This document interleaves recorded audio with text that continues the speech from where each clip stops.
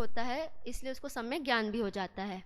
फिर उसको साथ में चारित्र का अंश भी होता है, क्योंकि अनंतानुबंधी कषाय चारित्र मोहनीय की ही प्रकृति है, इसलिए उसको सम्यक चारित्र का अंश होता है। और फिर जब ये जीव अपनी और विशुद्धि को बढ़ाता है तो वो पंचम गुणस्थान में आता है, और पंचम गुणस्थान में आते ही उसको एक देश व्रत धारण करने रूप शुभ भाव होते हैं। इस प्रकार जो पंचम गुणस्थानवर्ती जीव होता है वो 11 प्रतिमाओं को पालता है। अब हम देखते हैं कि प्रतिमा किसे कहते हैं। तो जो अपनी स्वरूप स्थिरता बढ़ती है अर्थात वीतरागता बढ़ती है, वो निश्चय से प्रतिमा कहलाती है। और उसके साथ जो भाव होते कषाय मंदता रूप भाव होते हैं और बाह्य क्रिया होती है, उसे व्यवहार से प्रतिमा कहते हैं। अब बाह्य क्रिया को तो हम प्रतिमा कह नहीं सकते हैं, पर वो कषाय मंदता रूप भाव के साथ होते हैं, इसलिए उसे व्यवहार से प्रतिमा कहते हैं। और रत्नकर्ण श्रावकाचार में इसकी परिभाषा आचार्य समंत भद्र ने बताई। श्रावक पदानि देवै रेकादश देशितानि येषु खलु स्वगुणः पूर्वगुणैः सह संतिष्ठन्ति क्रमविवृद्धा। यानी सर्वज्ञ देव ने पंचम गुणस्थानवर्ती श्रावक के 11 स्थान अर्थात 11 प्रतिमाएं बताई है। और ये 11 प्रतिमाएं जो 11 प्रतिमाओं में जो आगे की प्रतिमाएं होती हैं वो पिछली प्रतिमाओं से द्रव्य गुणों और भावों की अपेक्षा ज़्यादा होती हैं। और उन्होंने ये भी बताया कि जो पिछले प्रतिमा का आचरण है वो आगे की प्रतिमा में भी फॉलो होता है। और नाटक समयसार में इसकी परिभाषा बताई। संयम अंश जाग्यो जहाँ भोग रुचि परिणाम उदय प्रतिज्ञा को भयो प्रतिमाता को नाम। यानी जहाँ पर संयम का अंश जागता है, जहाँ पे भोगों के प्रति अरुचि होती है और प्रतिज्ञा करने रूप जो उदय होता है, तो उस उदय को प्रतिमा कहते हैं। और इस प्रतिमाधारी श्रावक के बारे में श्रीपाल चरित्र की 97 से 100 गाथा तक कहा कि जो भव्य सम्यक दृष्टि श्रेष्ठ श्रावकाचार को पालता है, श्रेष्ठ श्रावकाचार अर्थात 12 व्रत और 11 प्रतिमाओं को त्रियोग की शुद्धि पूर्वक सम्यक प्रकार से पालता है, वो व्रत के प्रभाव से निश्चित ही 16वें स्वर्ग तक जाता है। फिर वो 16वें स्वर्ग से पुनः मध्य लोक में जन्म लेता है और वहाँ पे चक्रवर्ती आदि पद को प्राप्त करता है। और उस पद को प्राप्त करके वो उसमें मुनि दीक्षा लेता है और मुनि दीक्षा लेकर वो मोक्ष जाता है। अर्थात उन्होंने इनडायरेक्टली 11 प्रतिमाओं को मोक्ष का कारण बताया। और प्रतिमाओं के भेद से पहले यहाँ सागार धर्मामृत में प्रतिमाओं के 2 रूप बताए हैं, द्रव्य रूप प्रतिमा और भाव रूप प्रतिमा। द्रव्य रूप प्रतिमा अर्थात जो बाह्य में त्रस हिंसा आदि का त्याग होता है वो द्रव्य प्रतिमा है, और अंतरंग में जो रागांश घटते हैं और शुभ भाव व्रत धारण करने रूप जो शुभ भाव होते हैं उससे जो सुख मिलता है वो अंतरंग भाव प्रतिमा कहलाते हैं। अब हम प्रतिमाओं के नाम देखते हैं। तो पहले है दर्शन प्रतिमा, फिर व्रत प्रतिमा, फिर सामायिक प्रतिमा, फिर प्रोषोदोपवास प्रतिमा, सचित्त त्याग प्रतिमा, दिवा मैथुन या रात्रि भुक्ति त्याग प्रतिमा, और ब्रह्मचर्य प्रतिमा, आरंभ त्याग प्रतिमा, अनुमति त्याग प्रतिमा, परिग्रह त्याग प्रतिमा, अनुमति त्याग प्रतिमा और उद्दिष्ट त्याग प्रतिमा। ये जो प्रतिमाएं होती हैं ये क्रमशः ही होती है। इसमें कोई भी प्रतिमा ऐसी नहीं होती है कि पहले हम 5वीं धारण कर ले, फिर हम दूसरी धारण कर ले, फिर पहली कर ले। ये सब एक क्रम से ही चलता है। जैसे हम पहले से 1st स्टैंडर्ड में होते हैं, फिर 2nd में जाते हैं, फिर 3rd, फिर 4th, फिर 5th, ऐसे करते करते आगे जाते हैं। ऐसा इसलिए है क्योंकि उसका एक निश्चित क्रम है जिसमें एक विद्यार्थी अपनी बुद्धि का क्रमिक रूप से विकास करता है और स्टेप बाय स्टेप नॉलेज को प्राप्त करता है। वैसे ही ये प्रतिमाधारी जो श्रावक होता है वो क्रमशः ही आगे चलता है। ऐसा इसलिए है जिससे वो स्टेप बाय स्टेप अपनी विशुद्धि को बढ़ाए और संयम का पालन करे। और इन प्रतिमाओं में पिछली प्रतिमा का आचरण आगे की प्रतिमाओं में भी जाता है। ऐसा नहीं होता कि पिछली प्रतिमा का आचरण छूट जाए। जैसे हम 2nd स्टैंडर्ड या 3rd स्टैंडर्ड में मल्टीप्लिकेशन, डिवीजन, एडिशन और सब्ट्रैक्शन सीखते हैं तो हम उनसे भूलते नहीं हैं क्योंकि वो आगे की क्लासेस में प्रयोजनभूत होता है। वैसे ही अपने अंतरंग में विशुद्धि बढ़ाने के लिए पिछली प्रतिमाओं का आचरण आगे की प्रतिमाओं में प्रयोजनभूत होता है। इसलिए पिछली प्रतिमाओं का पालन आगे की प्रतिमाओं में भी होता है। अब हम क्रमशः एक एक प्रतिमा के बारे में देखेंगे। तो पहली है दर्शन प्रतिमा, जिसकी परिभाषा पंडित बनारसी दास जी ने समय सार नाटक में बताई।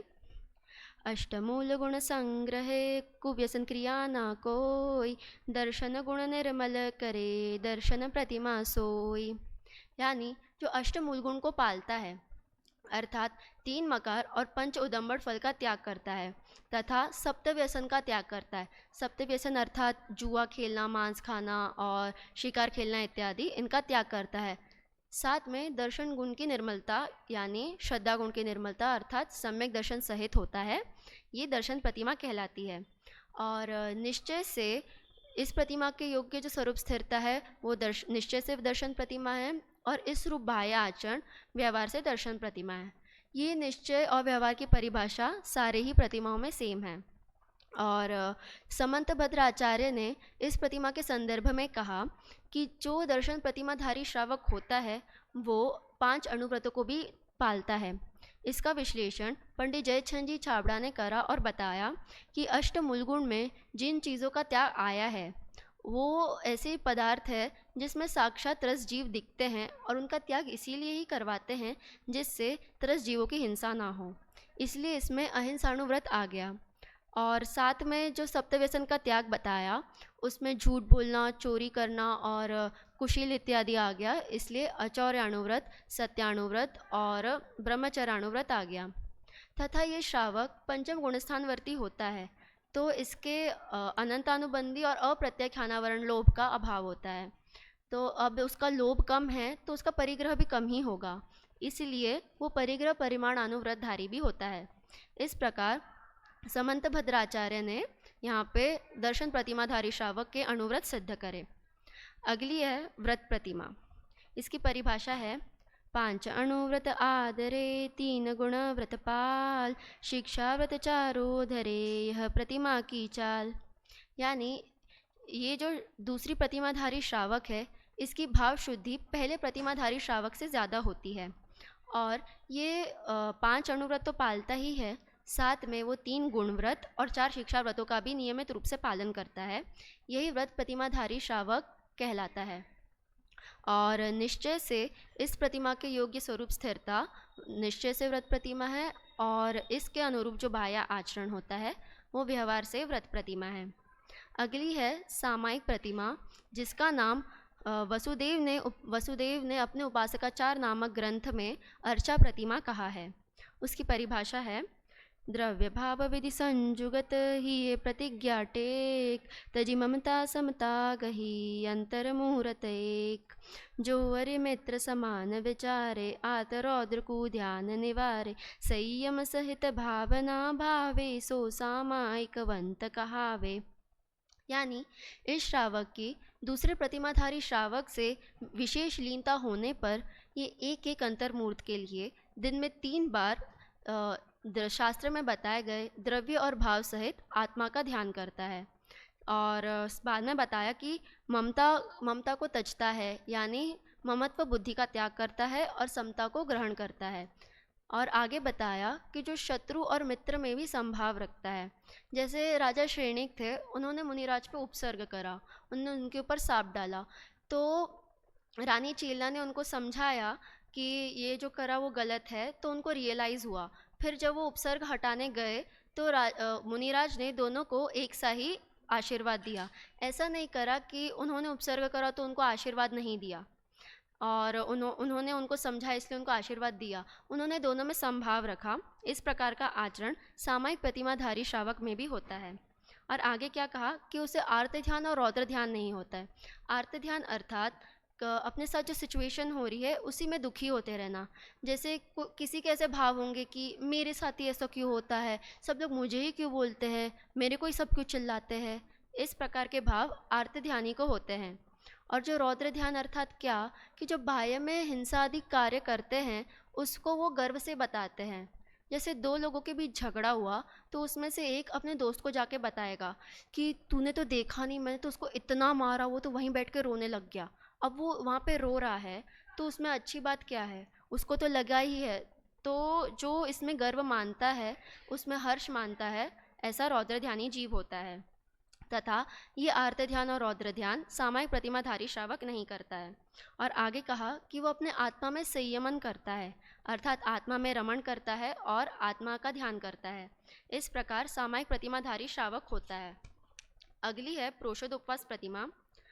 प्रथम ही सामायिक दशा 4 पहर लो होय, अथवा 8 प्रहर रहे प्रोषद प्रतिमा सोय। अर्थात जो वो सामायिक की दशा है वो 4 प्रहर, मिनिमम 4 प्रहर और मैक्सिमम 8 प्रहर तक रुके, मतलब ठहरे, यानी 12 घंटे और 24 घंटे तक रहे, तो वो प्रोषद उपवास प्रतिमा कहलाती है। और इस प्रतिमा में उसके भोजन आसक्ति का भाव कम हो जाता है। भोजन आसक्ति का भाव कम हो जाता है, इसलिए हर अष्टमी और चतुर्दशी के दिन उपवास करता है। और उपवास यानी सिर्फ आहार का त्याग नहीं है। पंडित टोडरमल जी ने उपवास के बारे में बताया कि कषाय विषयाहार त्यागो यत्र विधीयते उपवासः स विज्ञेयः शेषम लंघनकं विदु। यानी कषाय, विषय और आहार, इन तीनों का त्याग ही उपवास कहलाता है, अन्यथा बाकी सब लंघन होते हैं। इस प्रकार प्रोषद उपवास प्रतिमाधारी श्रावक का आचरण रहा। अगली है सचित्त त्याग प्रतिमा। जो सचित्त भोजन तजे पीवे प्रासुक नीर, सो सचित्त त्यागी पुरुष पंच प्रतिज्ञा धीर। अर्थात इसकी विशुद्धि चौथे प्रतिमाधारी श्रावक से और ज़्यादा बढ़ जाती है, इसलिए इसके शरीर को पुष्ट करने वाले भोजन करने का भाव अत्यंत कम हो जाता है। पर यदि वो भोजन करता भी है तो सचित्त भोजन नहीं करता। सचित्त की परिभाषा आचार्य समंतभद्र ने बताई कि ऐसे अन्न व हरी वनस्पति जिनमें उगने की क्षमता हो उसे सचित्त कहते हैं। और वो सचित्त भोजन का त्याग इसलिए करता है क्योंकि उसमें त्रस्त जीवों की हिंसा होती है। साथ ही वो प्रासुक जल काम में लेता है। प्रासुक जल अर्थात छना हुआ जल ही पीता है। इस प्रकार का जो आचरण करता है वो सचित्त त्याग प्रतिमा कहलाती है। अगली है दिवा मैथुन त्याग प्रतिमा। जो दिन ब्रह्मचर्य व्रत पाले, तिथि आए निशि दिवस संभाले, गही नव बाढ़ करे व्रत रक्षा, सो षड प्रतिमा श्रावक अख्या। अर्थात दूसरे प्रतिमा में जब इसने ब्रह्मचर्य अणुव्रत लिया था तब इसने स्वस्थ्री संतोष ले लिया था, पर इस प्रतिमा में उसके भोग विलास के भाव कम हो जाते हैं, इसीलिए वो दिन में हमेशा के लिए और अष्टमी और चतुर्दशी के दिन और रात दोनों के लिए ब्रह्मचर्य व्रत को नियमित रूप से पालता है। यही दिवा मैथुन त्याग प्रतिमा है। अब समंत भद्राचार्य ने इसका नाम रात्रि भुक्ति त्याग प्रतिमा कहा। हालांकि सामान्य श्रावक को रात्रि भोजन का त्याग होता ही है, पर उन्होंने इस प्रतिमा में कृत, कारित और अनुमोदना सहित रात्रि भोजन का त्याग बताया है। और सिर्फ रत्नकरण श्रावकाचार में ही नहीं, अन्य ग्रंथों में भी, जैसे चारित्र पाहुड़, प्राकृत पंच संग्रह, 12 सर्णुवेखा, गोमट सरजीव कांड और वसुनंदी श्रावकाचार में भी रात्रि भुक्ति प्रतिमा ही बताई गई है। तथा महापुराण में इसे दिवा स्त्री त्याग प्रतिमा कहा है। इस प्रकार ये दिवा मैथुन त्याग प्रतिमा थी। अगली है ब्रह्मचर्य प्रतिमा। जो नव बाड़ी सहित विधि साधे, निश दिन ब्रह्मचर्य आराधे, सो सप्तम प्रतिमा धर ज्ञाता, शील शिरोमणि जगत विख्याता। अर्थात इसकी विशुद्धता छठवें प्रतिमाधारी श्रावक से और ज़्यादा बढ़ जाती है और इसके भोग विलास के भाव पूर्ण रूप से खत्म हो जाते हैं, इसीलिए ये दिन और रात हमेशा के लिए ब्रह्मचर्य व्रत को पालता है। यही ब्रह्मचर्य प्रतिमा कहलाती है। और पंडित बनारसी दास जी ने छंद में स्वयं ही लिखा कि शील शिरोमणि जगत विख्याता, अर्थात ये प्रतिमाधारी श्रावक शील शिरोमणि कहलाता है। अब अगली है आरंभ त्याग प्रतिमा। जो विवेक विद्याधरे करे न पापारंभ, सो अष्टम प्रतिमा धनी कुगति विजयी रणथंभ। अब ये श्रावक धर्माचरण में विशेष सावधानी रखने के लिए असी यानी तलवार से लड़ना, मसी अर्थात पढ़ाना, और कृषि यानी खेती करना, और वाणिज्य अर्थात बिजनेस इत्यादि करना, इनका त्याग कर देता है। साथ में इसकी संसार, भोगों और शरीर के प्रति अरुचि इतनी बढ़ जाती है कि उसका राग अल्प हो जाता है और उसके परिणाम सीमित हो जाते हैं। इस प्रकार ये आरंभ त्याग प्रतिमाधारी श्रावक का आचरण था। अगला है परिग्रह त्याग प्रतिमा। जो दशदा परिग्रह को त्यागी, सुख संतोष सहित वैरागी, समरस संचित किंचित ग्राही, सो श्रावक नौ प्रतिमा वाही। अर्थात दूसरी प्रतिमा में ये श्रावक परिग्रह परिमाणानुव्रत लेता है तो वो अपने परिग्रह को घटाता है, उसको सीमित कर देता है। इस प्रतिमा में आकर उसका परिग्रह रखने का भाव और कम हो जाता है, इसीलिए वो सिर्फ अत्यंत आवश्यक वस्तुओं को ही रखता है। बाकी जो अन्य 10 प्रकार के बाह्य परिग्रह है उनका त्याग करता है। जैसे मोस्टली लड़कियों को कपड़े खरीदने की बहुत आदत होती है, तो एक जगह जाएंगी कपड़े लेंगी, दूसरी जगह जाएंगी कपड़े लेंगी, तो वो भले यूज़ में नहीं आएंगे पर उनको इकट्ठा करने में अच्छा लगता है, उसका परिग्रह रखने में अच्छा लगता है। पर जैसे कपड़े की बात है तो ये प्रतिमाधारी श्रावक मात्र 2 जोड़ी रखेगा। क्यों? जिससे वो अल्टरनेटली उसे यूज़ कर सके, उसको जितना यूज़ में है वो उतना रखेगा, बाकी अन्यथा नहीं रखता। इस प्रकार का आचरण परिग्रह त्याग प्रतिमाधारी श्रावक का होता है। अगली है अनुमति त्याग प्रतिमा। पर को पापारंभ को जो न दे उपदेश, सो दशमी प्रतिज्ञा प्रतिमा सहित श्रावक विगत कलेश। यानी ये जीव स्वयं 8वीं प्रतिमा में पापारंभ तो छोड़ देता है, पर इस प्रतिमा में आकर वो अन्य जीवों को पापारंभ के बारे में यानी विवाह और बिजनेस इत्यादि के बारे में ना उपदेश देता है, ना अनुमति देता है और ना कोई सलाह देता है। जैसे इस प्रतिमाधारी श्रावक के पास आकर किसी ने पूछा कि मेरा बिजनेस इस स्पेसिफिक जगह पे बहुत अच्छा चल रहा है, तो क्या मुझे इसे एक्सटेंड करना चाहिए या फिर थोड़ा टाइम वेट करके और प्रॉफिट आने दूँ फिर एक्सटेंड करूँ? तो इस जगह पे उसकी कोई प्रतिक्रिया नहीं होगी। ऐसा इसलिए क्योंकि वो खुद पापारंभ करता भी नहीं है और उसके उसके रिलेटेड ना कुछ उपदेश देता है, ना अनुमति देता है और ना कोई सलाह देता है। इस प्रकार का आचरण अनुमति त्याग प्रतिमाधारी का होता है। अगला और आखिरी है उद्दिष्ट त्याग प्रतिमा। जो सुछंद वरते तजडेरा, मठ मंडप में करे बसेरा, उचित आहार उदंड विहारी, सो एकादश प्रतिमाधारी। ये अंतिम प्रतिमा है और ये प्रतिमाधारी श्रावक को सर्व प्रतिमाओं में सर्वोत्कृष्ट दर्जा प्राप्त होता है। ऐसा इसलिए है क्योंकि इसकी वीतरागता इतनी ज़्यादा होती है कि इसको निर्विकल्प दशा जल्दी प्रकट होती है और जल्दी जल्दी प्रकट होने के साथ उसका उपयोग वहाँ पे ज़्यादा काल तक भी ठहरता है। और ये भी मुनिराजों की तरह उद्दिष्ट आहार का त्यागी होता है और उनके जैसे स्वच्छंद विहार भी करता है। और इसको धारण करने वाला श्रावक 2 होते हैं, एलक और क्षुल्लक। तो जो एलक होते हैं वो 11वीं प्रतिमा के उत्कृष्ट दशा वाले होते हैं। और एलक को उत्कृष्ट दशा क्यों बताई? क्योंकि उसके पास उत्कृष्ट वीतरागता होती है, वो लंगोटी मात्र परिग्रह रखता है और साथ में पीछी और कमंडलू भी रखता है। पर जो क्षुल्लक होते हैं उनकी वीतरागता एलक के समान नहीं होती है, उससे थोड़ी कम होती है।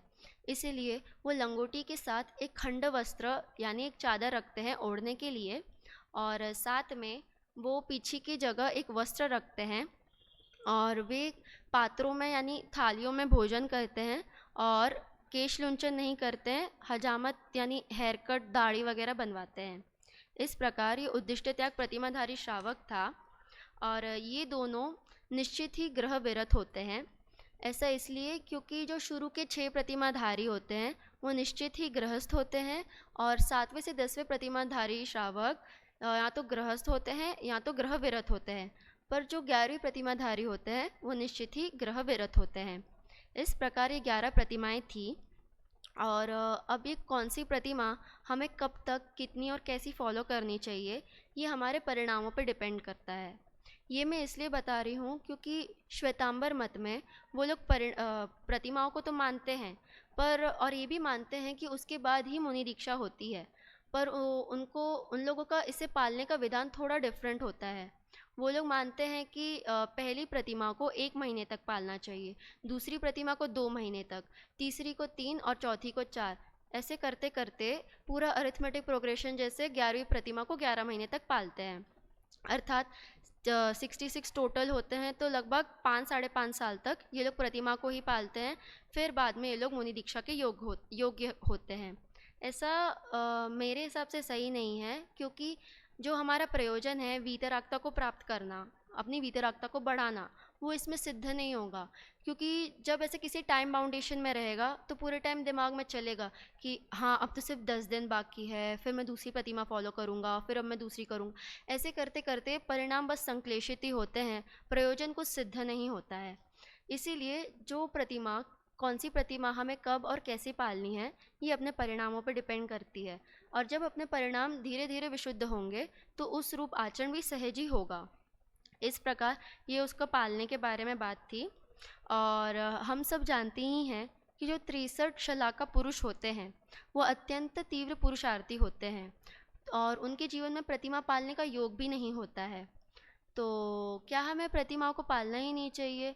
पर समझना चाहिए कि जो मंद पुरुषार्थी जीव है वो क्रमशः ही मुनि दशा को प्राप्त करता है, इसलिए उसके जीवन में तो प्रतिमा आएंगी ही आएंगी। पर जो तीव्र पुरुषार्थी है वो अंतर्मूर्त में ही उतनी विशुद्धता प्रकट कर लेते हैं।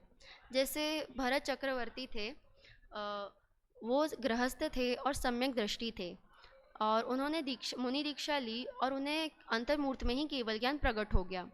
तो उनके जीवन में तो प्रतिमा आई ही नहीं, तो लोगों को लगता है कि उनके जीवन में नहीं है तो हमें भी नहीं पालना चाहिए। पर यहाँ पे हमें समझना चाहिए कि वो तीव्र पुरुषार्थी थे, इसलिए उनके जीवन में प्रतिमाएं नहीं आई और उनको मोक्ष हो गया। लेकिन हम तो मंद पुरुषार्थी है, हमारे लिए प्रतिमाओं को फॉलो करना अत्यंत आवश्यक है, क्योंकि हमारा जो मेन प्रयोजन है वो है मोक्ष, जो मुनि दीक्षा के थ्रू होती है। अब मुनि दीक्षा तक पहुंचना है तो हमें क्रमशः ही वहाँ तक पहुंचना होगा, जिससे प्रतिमाओं को फॉलो करेंगे तो हमारा उपयोग उस प्रयोजन में लगा रहेगा।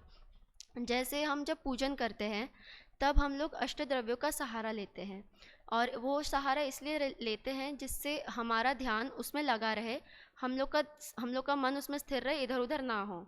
इसलिए हमारा भी उपयोग हमारे प्रयोजन में लगा रहे, इसलिए मंद पुरुषार्थियों को प्रतिमाओं को पालना चाहिए। इस प्रकार हम भी प्रतिमाओं का सच्चा स्वरूप समझकर मोक्ष मार्ग में आगे बढ़े और निश्चित ही सिद्ध पद को प्राप्त हो। इसी मंगल भावना से मैं अपनी बात को ये विराम देती हूँ।